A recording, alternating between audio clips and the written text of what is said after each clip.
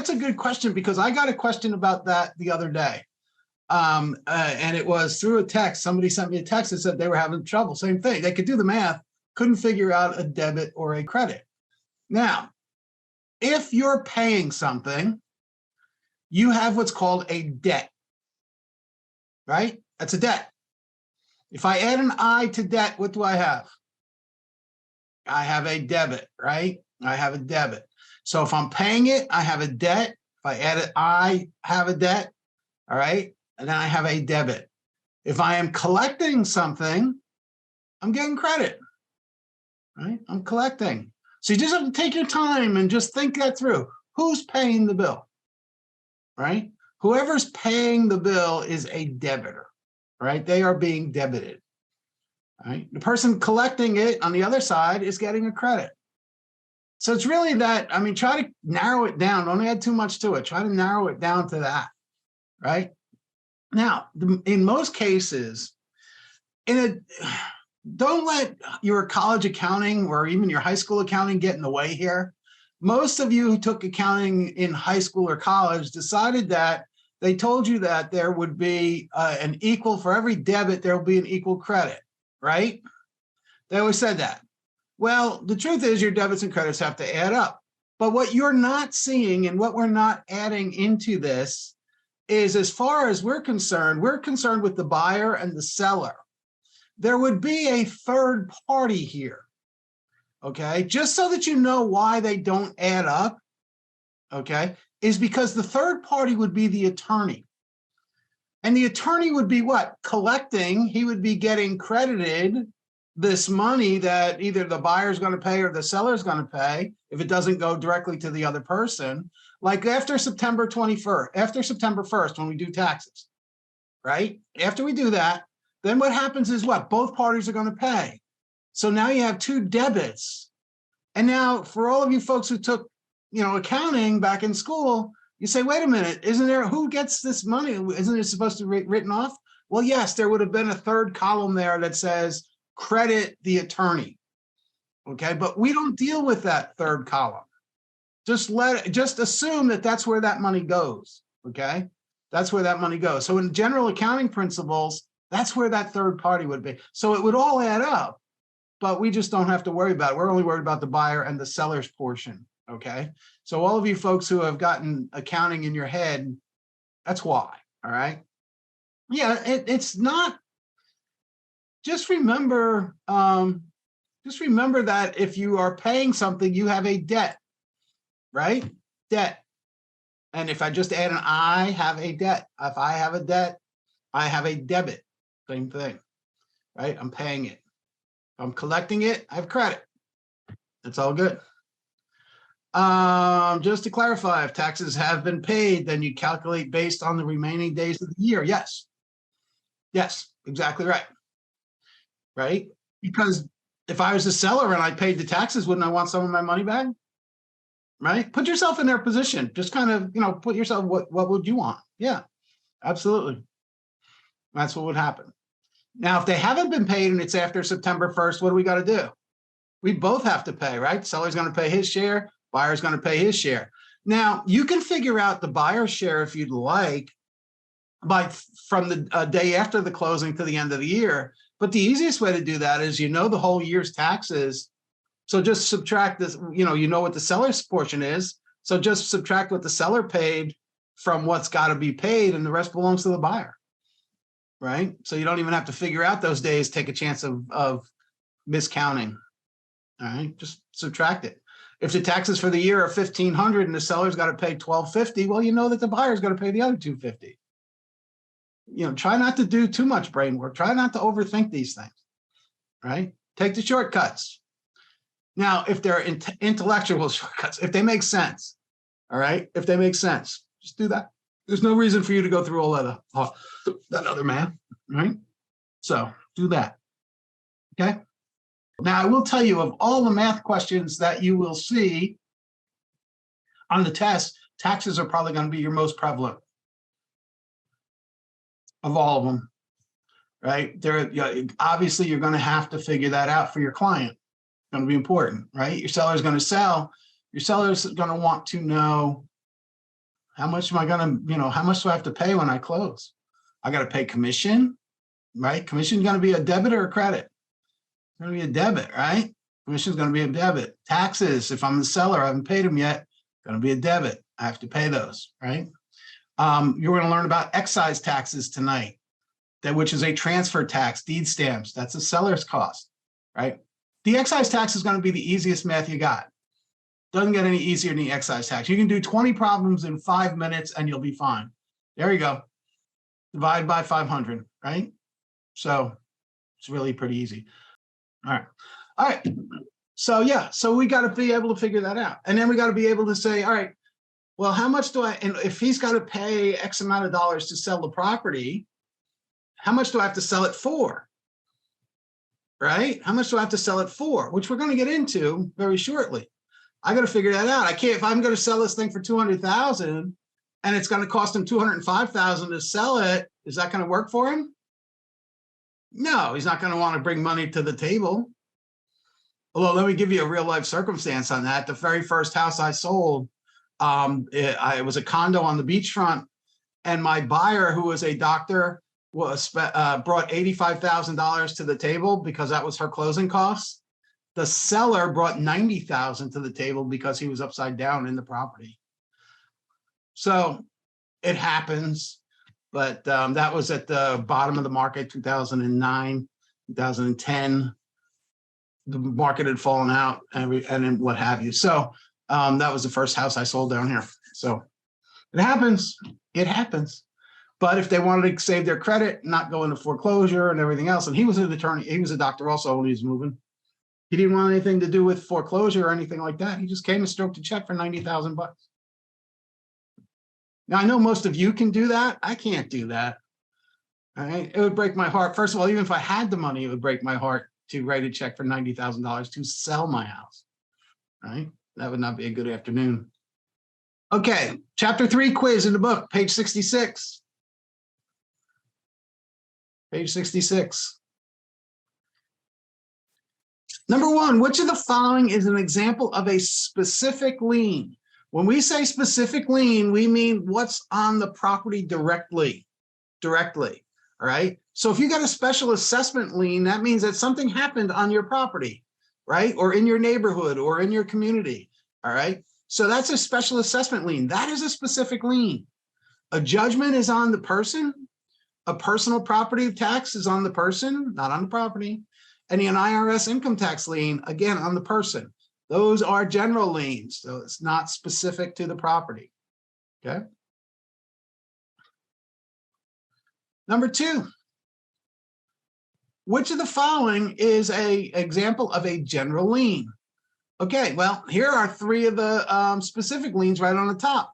A mortgage lien is specific to the property. A real estate tax lien is specific to the property. A mechanics lien means somebody's doing work for you on your property that they want to get paid for. That's a mechanics lien.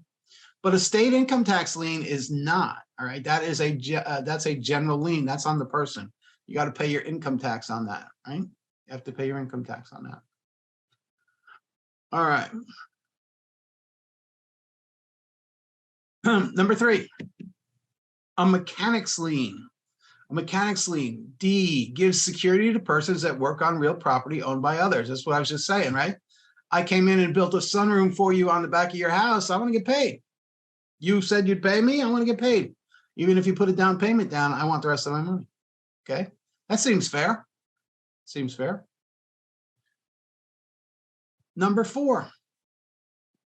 According to typical lien priority, which of the following would be paid first from the proceeds from a court-ordered sale? Real property taxes, your ad valorem taxes, always go first. Okay. Now, technically, the cost of the sale would go first, but let's keep that out for now. All right. Real property taxes get paid first. Special assessments get paid immediately after that. Mortgages get paid third, and then any judgments get paid fourth, and then any kind of mechanics liens based on the order of recordation, all of those would get paid fifth if there's any money left. Okay. Property taxes first. Kids see them as ad valorem taxes. All right. All right. Number 5. Which of the following liens typically would be given a higher priority? And again, real estate taxes, always number 1. Always number 1. So the answer would be B here. Number 6. Under a city contract, ABC Paving Company paved the dirt road that runs adjacent to your property. As a property owner, you would pay this in the form of a special assessment. Special assessment. They paved the road. Now you got to pay for it, right? It's not a city road. It's your road. Okay. Runs adjacent to your property. That is a special assessment. All right. Let's put this over here for now. Okay. Number 7. A property owner has the legal right to pass over the land owned by his neighbor. This is called what? An easement, right? We have an easement, and an easement is what? A pertinent, runs with the land. As long as it's recorded, it runs with the land. It doesn't go away until 2 people act to remove it, right? Now, if anything 2 people can act to get into, 2 people can act to get out of. So abandonment, it's not necessary for whatever reason, right? That easement is going to stay if it's recorded, regardless of who buys the property, right? Number 8. After moving into his new home, Marco discovers that his neighbor gets to his workshop by the regular use of Marco's driveway. Marco's lawyer explains that the neighbor's lot owns an easement over Marco's driveway. Marco's property is called what? It's his property. Somebody's using his property. Therefore, he's servient, right? He's serving somebody else. So in this particular case, it is the servient estate. The other party who's using it would be the dominant estate. Okay, servient, dominant.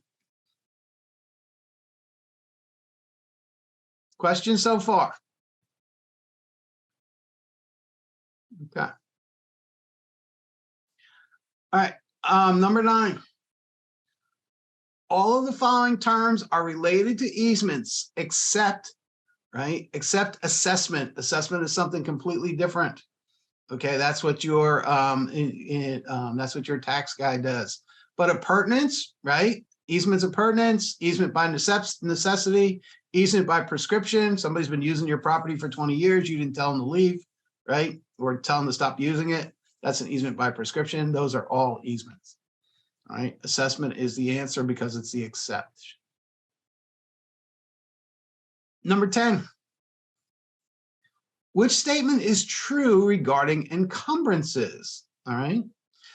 Now, understand what an encumbrance is and make sure you remember this. An encumbrance is a burden on the property. So any kind of lien that you have on the property is an encumbrance. Any kind of encroachment you have is an encumbrance. Any kind of easements that you have on the property is an encumbrance. Okay, these are all burdens on your property. Okay, so you got to remember that. So in this particular case, deed restrictions, tax liens, right, are examples of encumbrances, burdens. Okay, so don't forget that word. You're going to get, I'm sure you're going to get asked what an encumbrance question. All right, it's going to be a problem. Now, all liens are encumbrances, but not all encumbrances are liens, right? They could be easements, they could be encroachments, yeah, and they could be liens.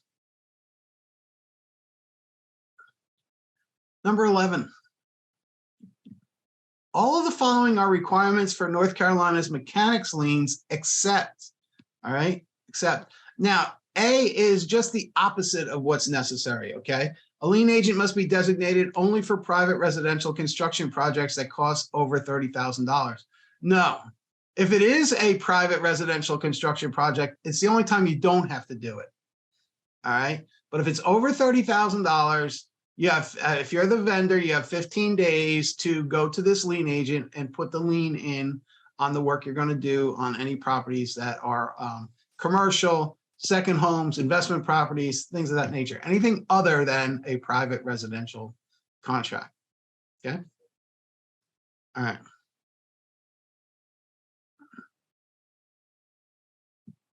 Number 12.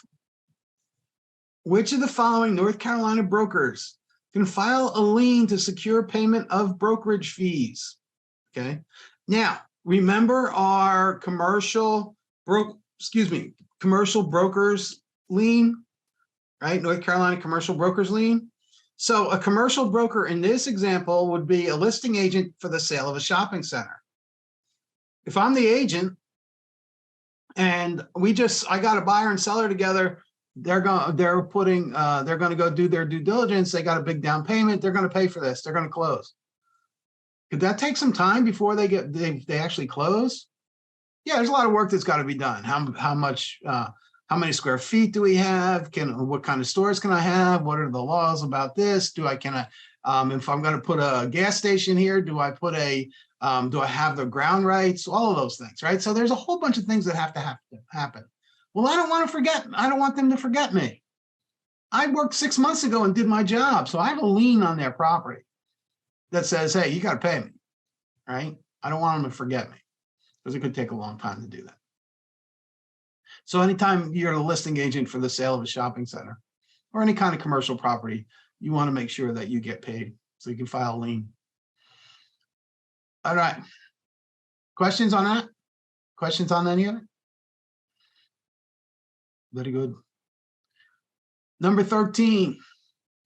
In North Carolina, all real property must be reassessed every 8 years. It's called octennial reassessment.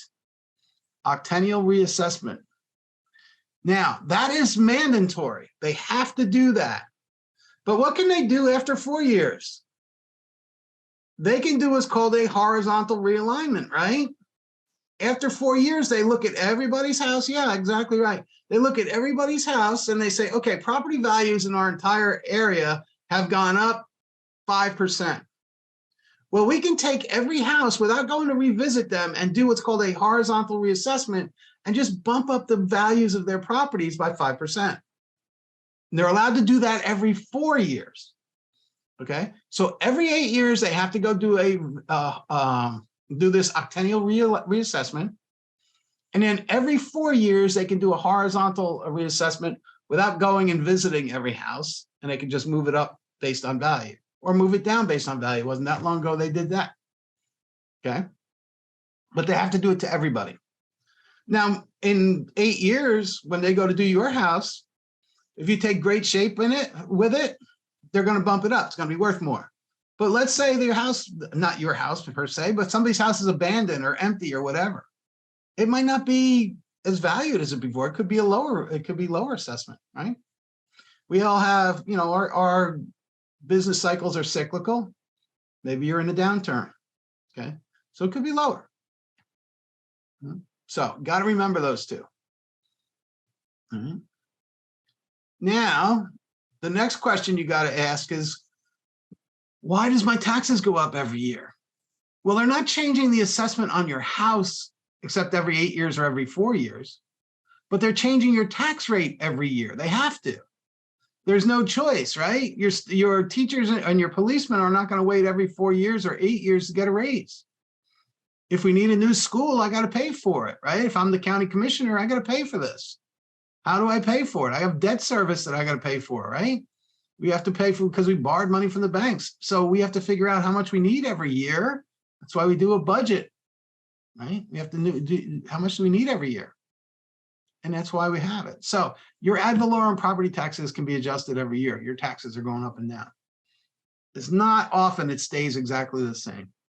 Not very often. Okay. All right. There you go. Just take them step by step. They're not that hard, right? We can all do these. Not too difficult. We just took this number. We had our tax rate. We divided it by 100, which gave us 0.01678. When we multiplied those two together, it gave us 2231.74, and we needed a monthly. Now, in some cases, right? In some cases, We didn't read this, but I want you to see something here. What's D? What is answer D? Does that look a lot like this answer?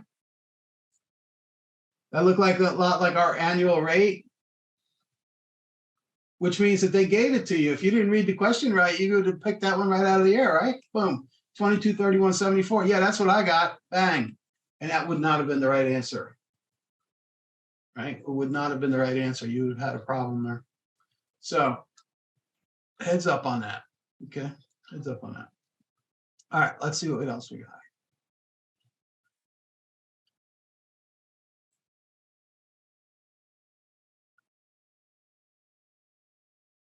All right, number 17, if you recently paid $2,000 in annual property taxes and the assessed value of your house is $183,500, what's the tax rate?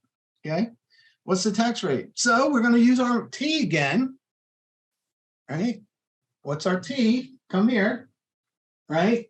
So if we have $2,000 in annual property taxes, and our value of our house is $183,500, I'm going to divide that.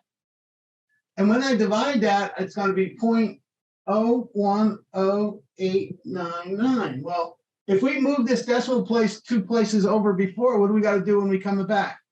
We got to move it back, right? We got to move it back. So we're going to take this and we're just going to move it back. And it's going to be $1.09 per 100. Okay? $1.09 per 100. Okay. So yeah, so when they ask you this kind of question, if you come up with that number that we would have divided it by, just move the decimal back to the right 2 places and you're going to get your dollars per 100. Right?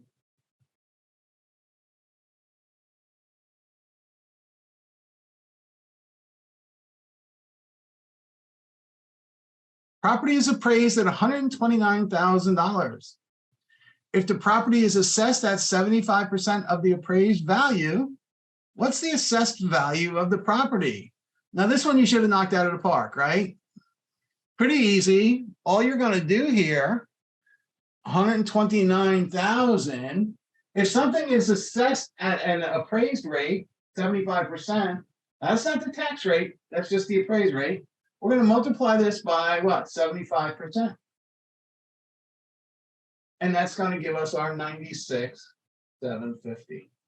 Now, at that point, if they said we're going to pay $1.08 per 100, then we start our divisions and we do our multiplications from there.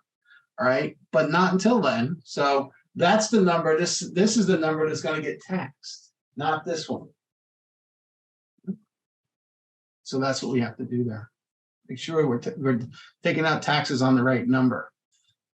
And again, there's your 129,000. What's the assessed value of the property? So it makes life just a little bit tougher. I just want you to, when I show you that, I just want you to know that they know where you're going to go with this. Question people know how you're going to answer them. So just a heads up with that. Okay, don't assume unless you're sure you got it right. Make sure you read it all. All right, number 19. Number 19. A house was appraised at $389,000 for tax purposes. It was assessed at 85% of the appraised value. Taxes were $1.10 per 100 of value. Right? How much were the annual taxes? Okay. So now we take the last few questions and we put them all together, right? So let me do this in numbers that you can actually see here. All right, so the first thing we're going to do is take 389,000 and we're going to multiply it by 0.85. That's 85%, right? Everybody with me there? All right, so we're going to pay taxes on $330,650.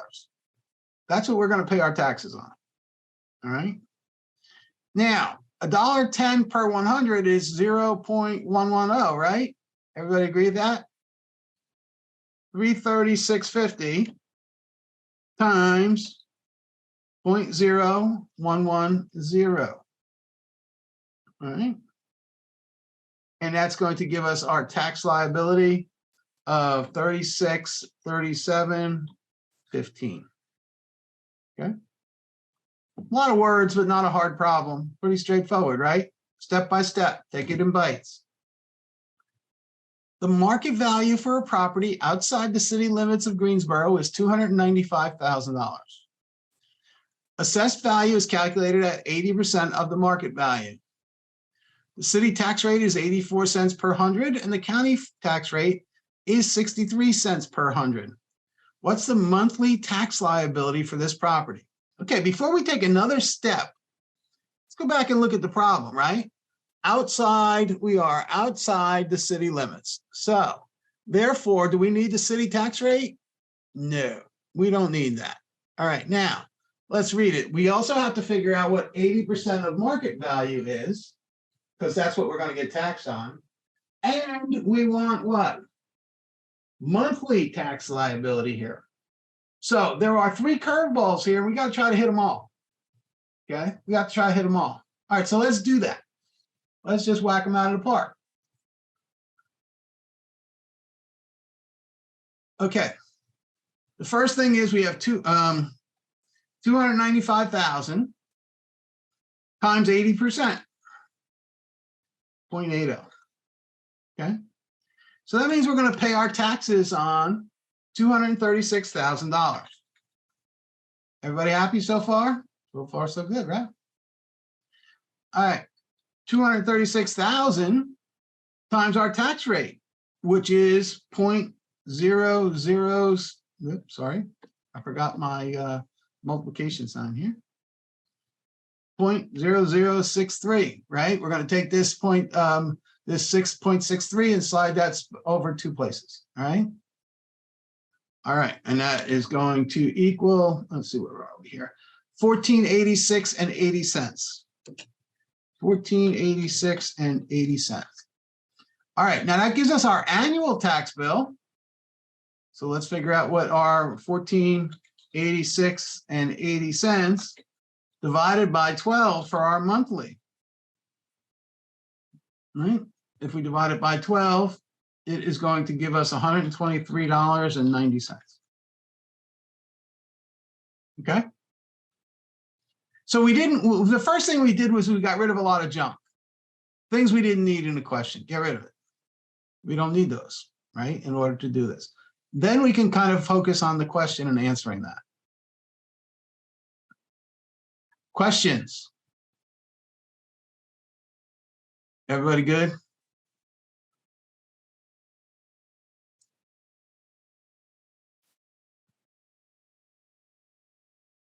All right. Number 21. Jennifer owns property in Chapel Hill, which has 100 feet of street on one boundary. The town paves the street and agrees to pay 25% of the cost. The cost per running foot is determined to be $54. How much is Jennifer's special assessment based on the road frontage? All right. This is a little tricky, right? It's a little tricky because, yeah, exactly right, Callie. All right. I only have to pay for half of it because I only live on one side of the road. Jennifer, if I'm Jennifer, Jennifer only has to pay for half, right? Because somebody else, even if it's just public property, I'm not paying. Yeah, I'm not paying for the other side too. I'm just paying for my half. Okay. So let's run it down here. All right. So we have 100 feet of road. We have 100 feet of road.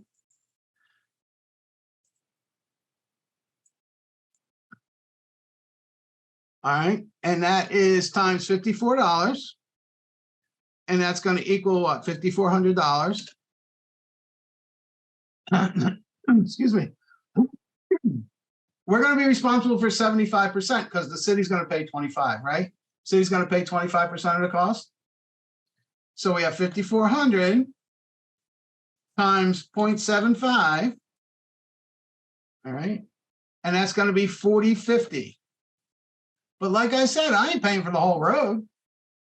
I don't own the other half. The Smiths own the other half. Then let them pay for their half. Why should I pay for it? Right?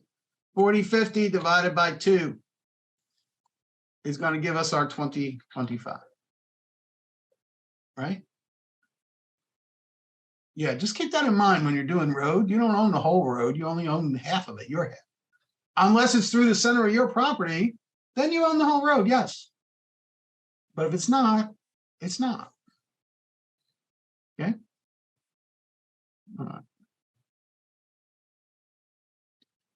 Last one. Eric owns property in Andover, Connecticut, where there's a millage rate of is 27.3 per thousand of assessed value.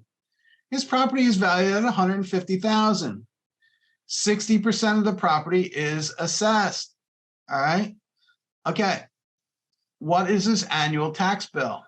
So the first thing we got to look at is we have $150,000, but we're only going to pay taxes on 60% of it. Okay. So it's 150,000 times 60%, 0.60.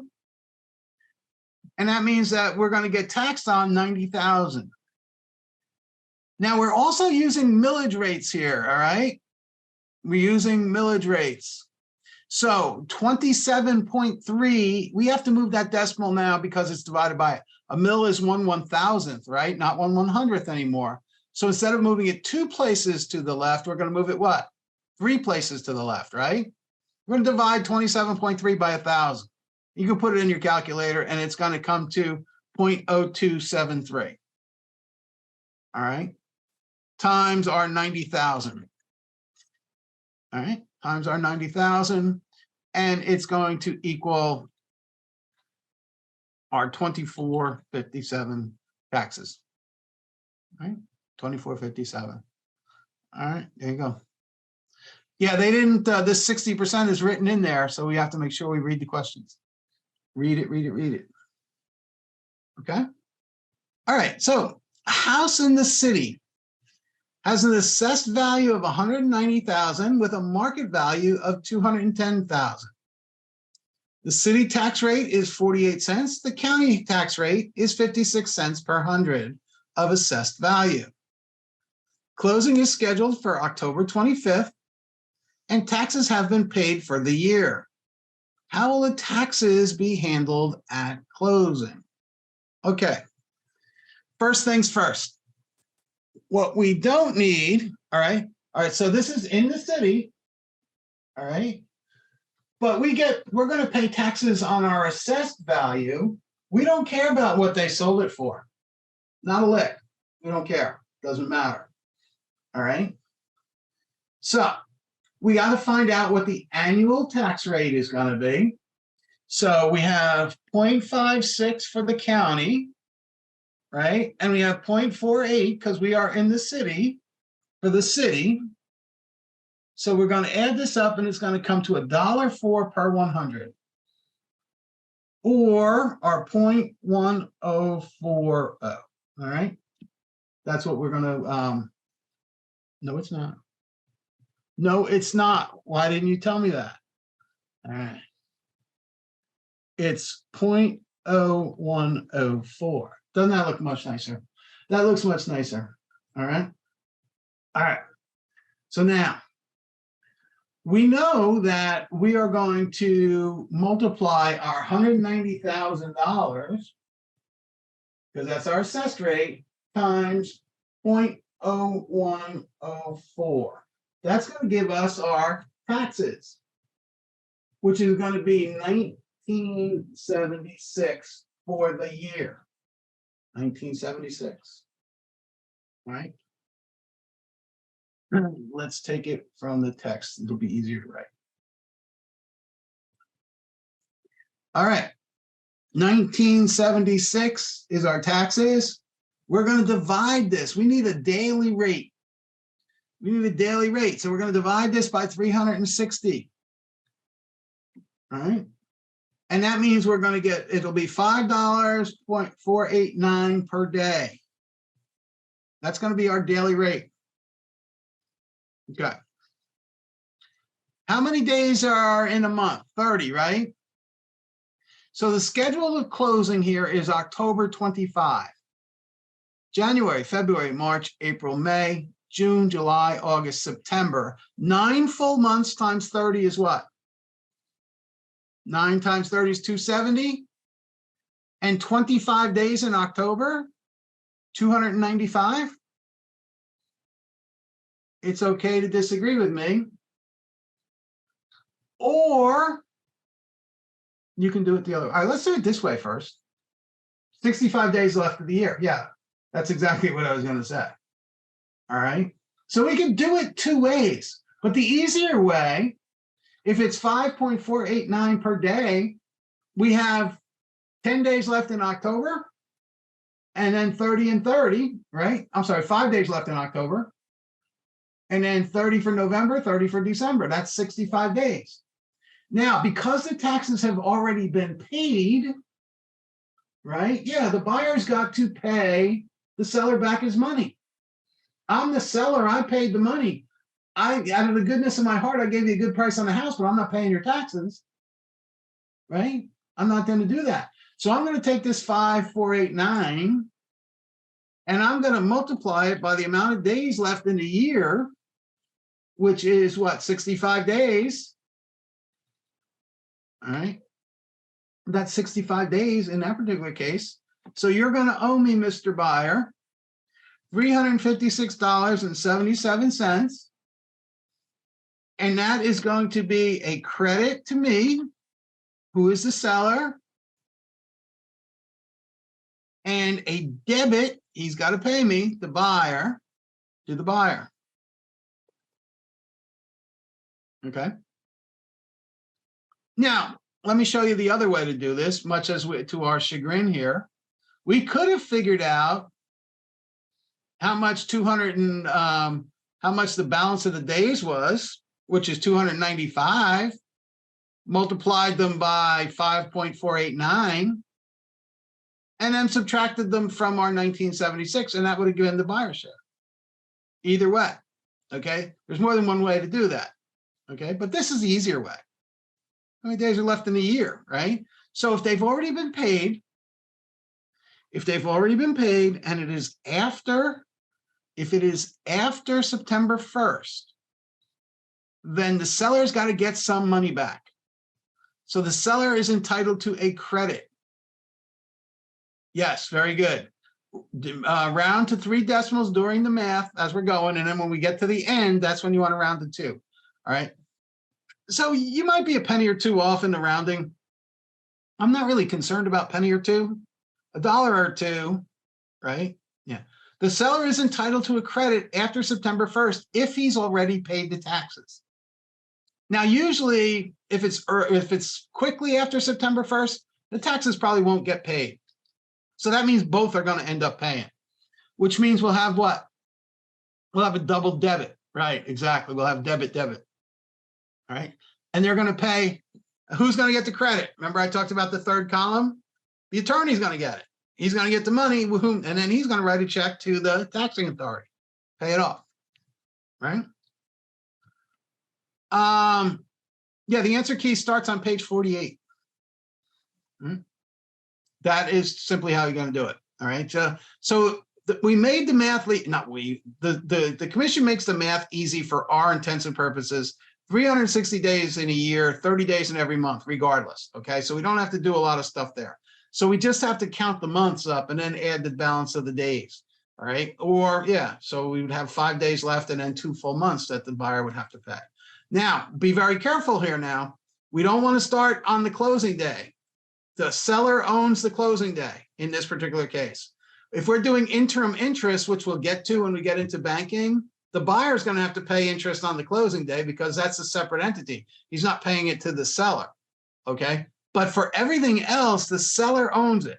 So if the seller is collecting rents for a property, he gets to keep the closing day money. If you like this video, feel free to share it with a friend. For more real estate education content, please subscribe to the channel. From all of us at Seacoast Real Estate Academy, thank you for watching.